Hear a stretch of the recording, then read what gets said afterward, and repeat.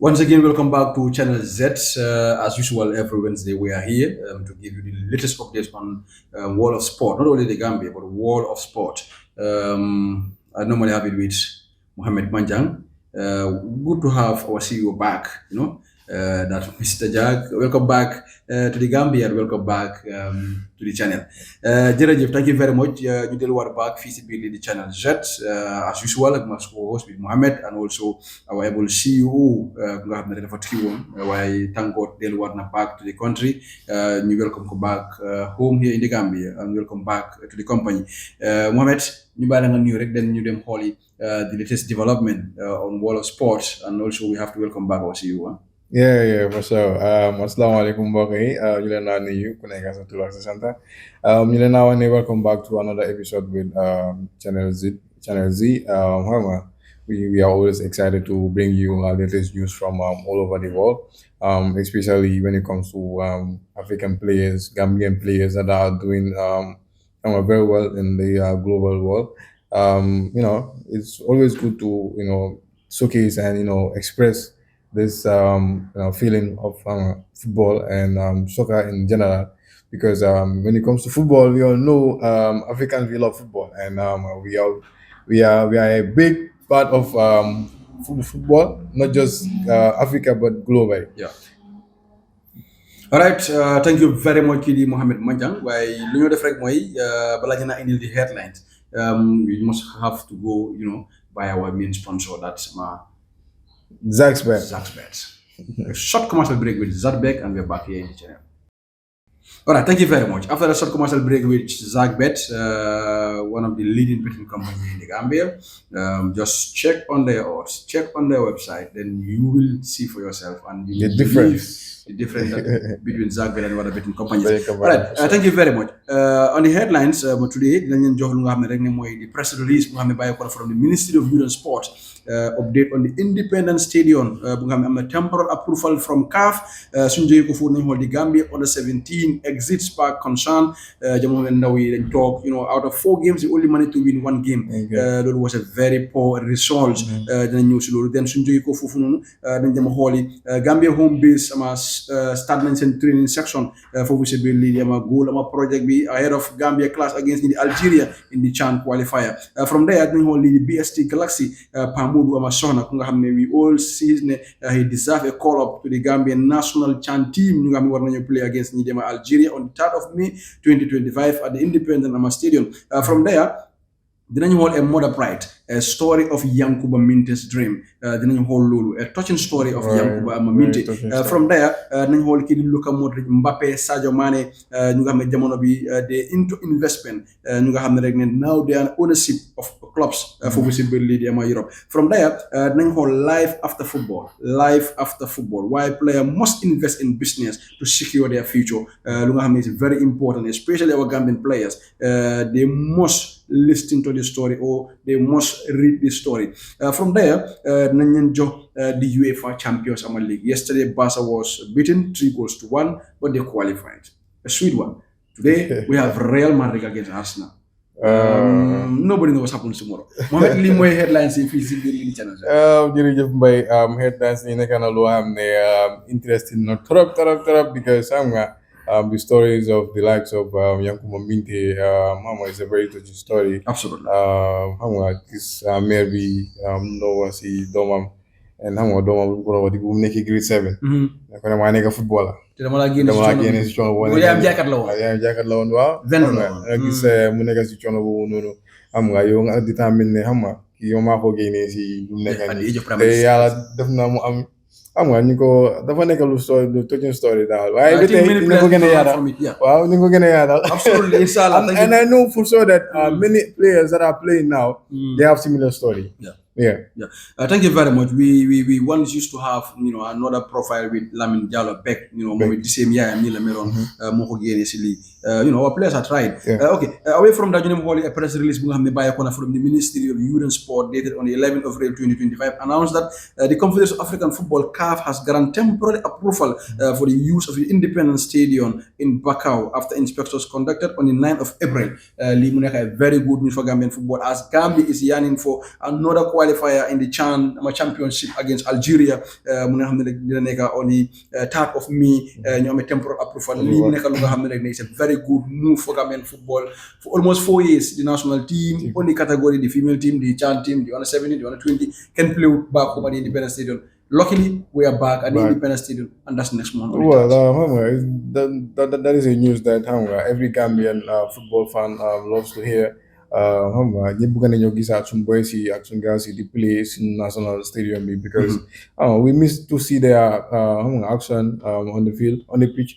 So having this privilege of watching them play football again is something that we are all looking forward to.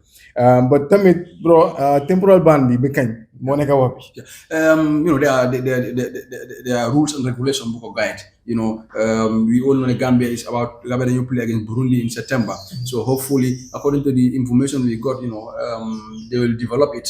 Then by last September, another inspection might be also conducted for the senior national team for them to play. And I know that the government have to do everything possible. This must continue.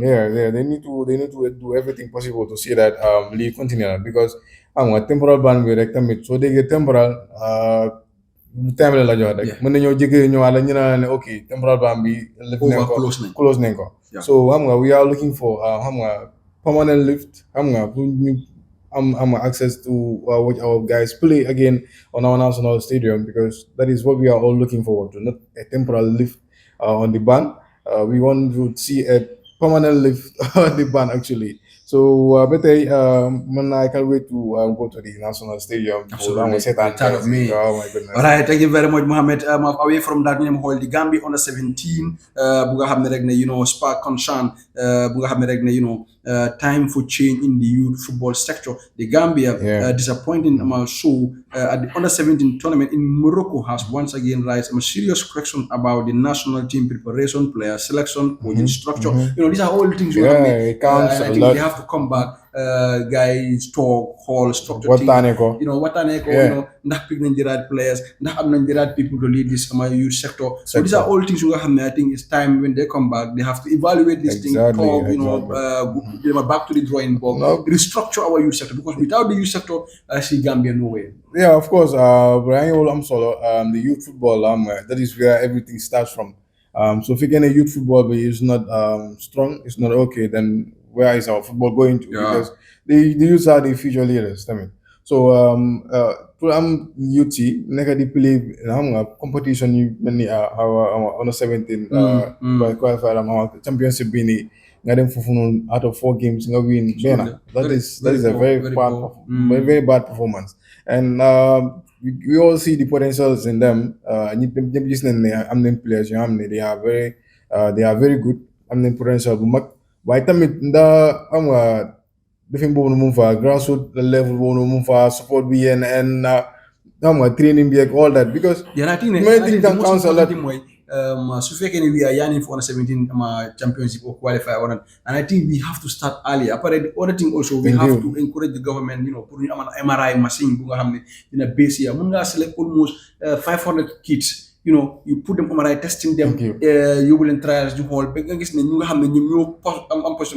cannot wait until 1 or 2 weeks. Then pick some players. You go there, take them to the MRI test. Some of them fail, and you have to come back and check another player. So because all Senegal, they scouted a lot of young pool of players because they have this MRI test, they have MRI machine in their country. So I think also we appealing to the government, we appealing to the federation, let them try and have an MRI machine base here. It's exactly. MRI is not about football. I'm the good so I think it's important to have machines back home in the Gambia. Come categories very then they have MRI test we under 17, under 20, under 23 so they have MRI test. So it's very, very important for us to have this equipment here in the Gambia. Put testing. Have a pool of lot of scout players. Even of though course, you have from Banyu to Basse, we have very good players. Thank you very much. So I'm solo. Thinking the government they are doing something like diante nañ MRI lifin bii nii how to call it MRI equipment bii nii ñu andi ko Gambia fii nii they will have the chance to prepare xam nga themselves to prepare xam nga the players to you know boy select and to select the very good players and the right players to represent the Gambia because nga toog rek ba ñu naan la ay ok tournament am na nga jékki-jékki nga jël some players like nga yóbbu leen nga dem ñu naan ne ok this guy is not eligible this guy is not eligible nga am pour génne kooku noonu waat doo am time boobu noonu pour sélectionner keneen sax te soo sélectionné kooku noonu kooku balaa moo adopt si team bi dafa jël time so it's very very important na and xam nga failing to prepare always xam nga daf ñu dee sonal. absolutely ñun duñ dee prepare si dara bay dañ dee toog ba li fi jot rek competition jot rek. ñu select few players rek yaa dem represent. loolu ba kañ. yóbbu football bi kanam. absolutely balaa ñuy def a short commercial break we just take along this one then we move to the short commercial break Gambia home base squad bi start na di training section ahead of Algeria a final qualifier pour war a mën a qualify to the CHAN championship bu nga xam ne AFCON championship bu nga xam ne mu ngi war a xew foofu si biir Tanzania Kenya ak lii de Uganda lii nag su amee mooy nekk di first time Gambia qualified to this tournament and also xam nañ ne we play in Bakuman Independence Stadium and we play in a very powerful nation when it comes to football when it comes to youth sector that's Algeria now we start and train they started on Monday yesterday was FA Cup games moo tax mënuñu play waaye tey they resume back and the goal project and we hope ne Alhaji Sarr and his team dinañ start the train 3 o'clock because the game dafa play 3 o'clock at least to be familiar you need to adapt with the atmosphere. You need to adapt with the atmosphere and it's very very important just last week we were talking here about the lack of preparation si CHAN team bi since kañ ñi war a door training doo mën a compare ku nga xam ne dooru training on time ak ku nga xam ne mu yàgga train di prepare game bi nii yow ñooñu suñu duggee si biir film bi da nga gis difference bi big difference moo fa dee nekk so boys yi war nañu prepare gars since bi dafa woon a fekk seen last moment si sax waaye fu mu ne nii gars adapt nañ miin nañ play wante they know how to perform where to play and all that how to come together and play as a team dafa leen naa dimbale trop but nga toog ba last minute wala ñoo andi chanti wala ñu train nga train nga 8 o'clock suba yow gars play game 3 o'clock I know that they have some time they play at 3 well it's very important they need to consider that as well alright let's go for a short commercial break we'll be back here at Channel Z officially sponsored by Zagbet.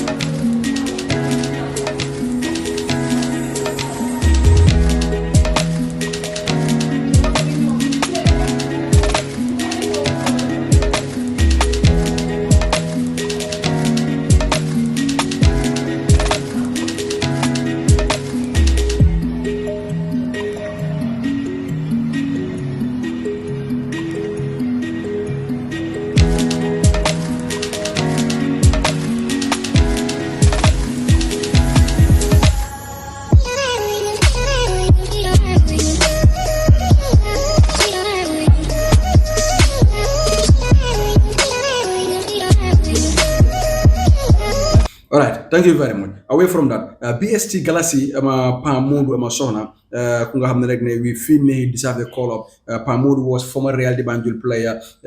Boy bi was so superb.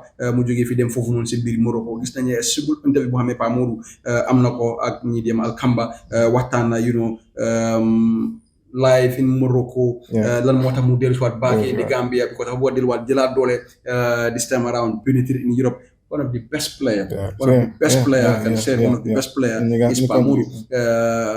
Boy bi soo ko xoolee da nga enjoy football. dafa mën a football. I'm telling you this. ñoom Aliou Bari yëpp Alhaji Sarr and team according to the rumors take nañ ne he might be invited to the CHAN team. If they have this boy in this CHAN team I feel sorry for Morocco. He should be invited. Sorry, Algeria. He should be invited. Then go or Munyo Boka because we need this kind of players. Why so play man? The likes of Aliou Bari, Gaira Diouf tamit Thank you very much. So these are players that they have the experience because already. pick the best players. Thank you. Let them sohla bay. No can bias player picking engineer and all that. Well, I keep small player. I'm a favor and all that. Nah, we don't need all that. Right, we have very good players and very experienced players. I mean, they are back here. I'm trying to improve themselves very well, and I'm gonna get opportunities to play in the better stage of football. Why they call it Elagisa need to look into this. The players that are back here playing, you need to call them. Timbi, mailing chance you perform. If some second perform them very well, Timbi guide them represent you because you win. We want to qualify by all means. So no matter where you get the players from, we don't mind. We just want to qualify. So that is something that we need to consider as well. Yeah. All right. Thank you very much. A touching story of Yankuba Minteh. A modest pride. The story of Yankuba Minteh. When he was in grade 7, he told me, Mom, I am going to become a footballer. I want to end your struggle as a market vendor. You know, this is touching one. Would you believe it? The Premier League, you shoot this documentary of Yankuba Minteh. You know, this is sending a message because a young boy at the age of grade 7, you know, I will become a professional footballer. I will end your struggle as a market vendor. You know, he was going to the market, Jai, in the morning, waking up. It was not easy, you know, but thank God today. You know, Yankuba Minteh have proven promise Yankuba is one of the top players in the Gambia. Not just in the Gambia, but one of the promising young players globally. I mean, so Yankuba Minteh's story is a very touching story actually. I'm looking at the struggle that your mom is going through by the age of by the time you were grade 7. By probably you will be from grade 7. By probably me on 15, let's say probably 10, 11, 12. 18 years, I'm 18 years time. But yes, I'm on 18 years. But I'm feeling the struggle of his mom, and I'm seeing what his mom was going through. I'm feeling it. Man, I could be a person that can move this lady from all the struggles that she's going through, and I'm give her a better life. Finder, you know, just behind our area, you know. Boy, be definitely everything loom deserve. Of course. But you know, because the kisu ame any bubare yalla la japale. Because ya gi say mu struggle suba tel la mairie job because wala mairie jure fajar rek 3 o'clock 4 o'clock mairie job nañ dem nañ Sandiga wala dem nañ marché, you know, just pour gis rek ne feed nañ, you know. Why Yankuba xol lolu gis ko ne wow, come on. Man, I have to do everything possible for my mom. Yeah, for my mom. And this should be an inspiration too. And this should be an inspiration for all these young players. Thank you very much. For players here, so play for a purpose. But don't just play for fun or anything like that. Have a purpose, have a goal. I'm a royal guy. Because family more than you struggle. Thank you very much. You're so big as family I'm the same background strong. And you have players you never play Gambia fini. 75% or 90% was very poor. Background was very poor. So you nga gis lo non yeb so na gëdé play la jom fayda xamal lo bëgg. Thank you. Because football mëna la jox lu nekk ci kaw suuf. Mëna la jox lu nekk. Absolutely. Yeah, so and you have the opportunity play nga play te yalla su dimbalé di nga génn. Football mo nga tok ñu na né say gis na la bëgg na la yobu. Yeah, it just happened like that. All right, thank you very much. Away from that, you know, whole a story of Luka Modric, Mbappe, and Sadio Mane. You name them, many players, Cristiano Ronaldo and others. They are all investing because there is life after football. A new era for my players, my investor. Gisnani Jamonobi, my Luka Modric, my Swansea City, my Fofu lead England. He's a ownership for Jamonobi, Mommy Luka Modric. Just 39 years old Luka Modric.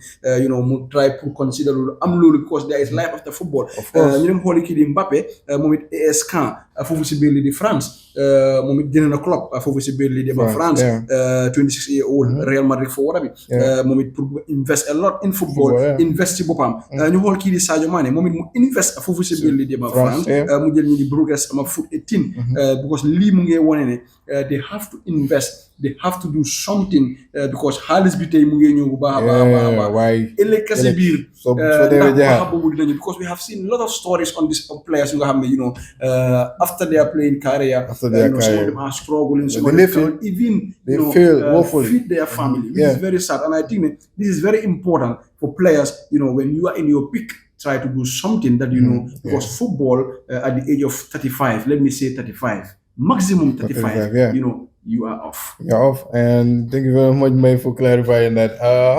Life of a football, you have a career good and good.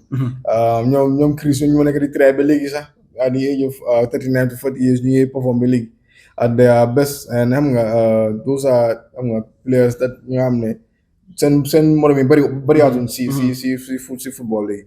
So nga nekk footballer yaa ngi nekk football yaa ngi play yaa ngi perform yaa ngi opportunity boobu noonu yaa am xaalis boobu noonu invest ko if not football sax invest si leneen but gis nañ African players yi nga xam ne ñu ngi xoolal Naby Keita I don't know not Naby Keita this guy from is it Burkina Faso I don't know Mali mooy Mali seen player boobu Seydou Keita thank you very much moom tam invest na si tomato in Mali xam nga those are all examples that you can xam nga take along because xam nga football soo demee ba jeexal moom waaye sponsors yi dafa jeex xaalis bi xam nga luxury life bi tamit soo ko bëggee dundal noonu continuer noonu rek sa xaalis bi danga ko perte yëpp.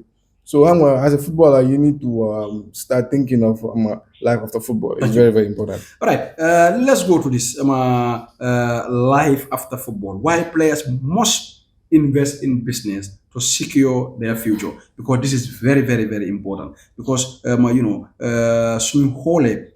recently we have seen many players who have after their footballing career, they are struggling. Even to feed themselves is a problem. Especially our African players. They need to invest in football. Not ne amna halis go to party, di dem fulane jina moto bi def lu la ne but you have to invest in it because football career is very short. Mun nga am injury, you are off. 35-year-old, you are off. Because these clubs, they always pay you when you are playing football, when you are delivering. But whenever you are down, look, they will say, look, my friend, you have to go. Yeah, of course. But even us here, if we are doing this podcast, but any day the company is saying that, look, your podcast is not doing anything good for us. Look, we have to stop this because they need to see something out of it. So I think also our players, we are appealing to them. This message have to go to our players because balanga advice as our own dom we appreciate Lorenadef. Why we are encouraging you to invest. If you are not doing any investment, please try to invest your money. Yeah, we have. There is a lot of way to invest. Agriculture is here. Real estate is here. Real estate is there. Online business, are here. Business online are here. You can import materials, food items. Try to invest before it's too late. Thank you very much, Mike, for saying that. And also, some home-based players, my news in the fay guy, fay guba, and the financial dafa ñaaw torop. Team si war nañu góorgóorlu ñu jéem a fay players yi fay bu baax. Maybe if we move to the professional league according to what they're trying, the Gambia Football Federation trying to put the GFF league to be a professional league next season. Maybe by then they evaluate all these paying scales. Thank you very much. Because players yi tamit am nañ family ñuy dépend si football, so guys soxla nañ wéccet bu ñu yóbbu kër at least. Because it's very difficult to joke kid, maybe the John deal and every day. You young them play Nicolo and Dara. And absolutely and Yankuba Legi, Munga Jigam injury. So I'm injury. You am injury am a career football woman. Hami Dagio. Yo, Sneko football, so Sakaria see life is over. So much football. Absolutely. Don't want to have a so They need to look into that as well. All right, thank you very much. Away from that, ñu dem the champions ama league. Dema gis nañu ni Borussia Dortmund beat Barcelona 3-1. But unfortunately, they could not have that goal for visibility in the Camp Nou. And another thing also they have to understand, Barcelona recently they have played 7 matches in 19 days. And I think that, these players are suffering a lot because you cannot be playing 7 matches in 19 days.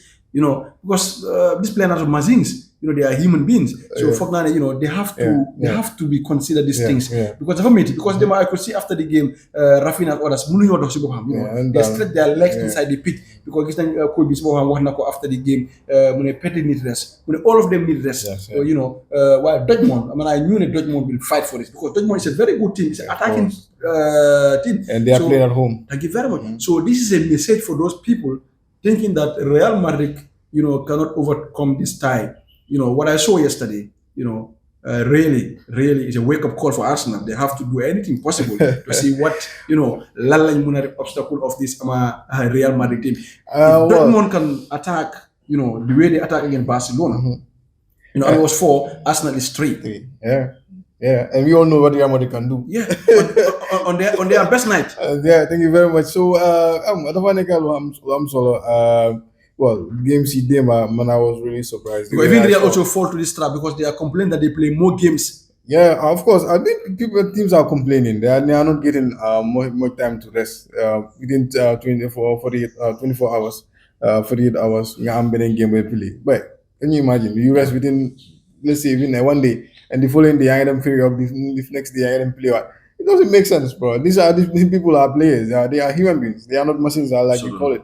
So, they need to look into this. But I mean, I'm not why like they pay for you. They have to work. I don't feel like and Dortmund's game had some of these fans saying that the win was not really necessary, and they did not even feel the win, they lose.